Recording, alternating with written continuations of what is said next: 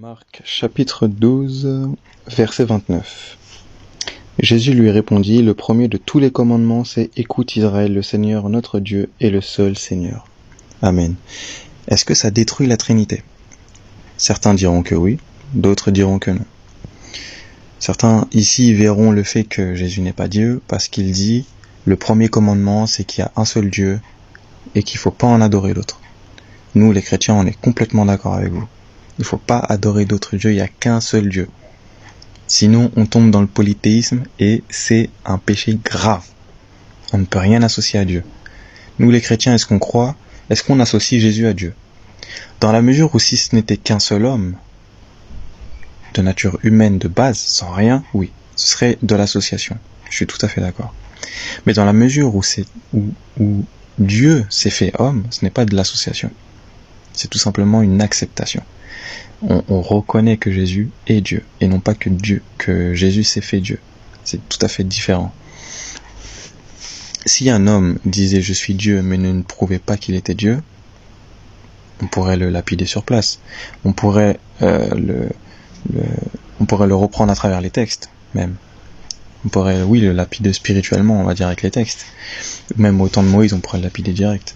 Mais c'est vrai que Jésus, lui, il a fait comprendre qu'il était Dieu, et on l'a lapidé. Enfin, on a essayé de le lapider. Par exemple, lorsqu'on va dans Jean chapitre 8, on voit très bien que Jésus a existé depuis très longtemps. Enfin, existé déjà depuis du temps d'Abraham. Jean chapitre 8, versets 56 à 59.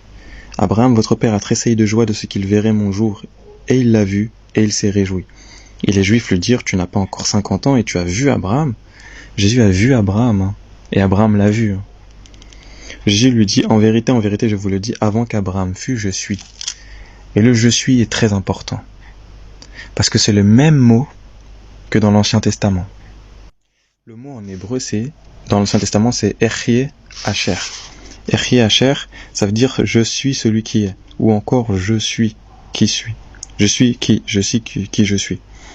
Et le truc, c'est que ce mot-là, en fait, en grec, c'est egoimi oon, en fait, egoimi. Et c'est au présent de l'indicatif, en fait, ça en est l'exacte traduction.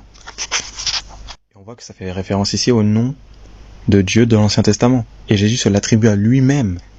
Encore une preuve. Et pour ça, les Juifs ont voulu le lapider au dernier verset. Donc, dans son incarnation, Jésus dit qu'il est Dieu, mais qu'il a aussi un Dieu.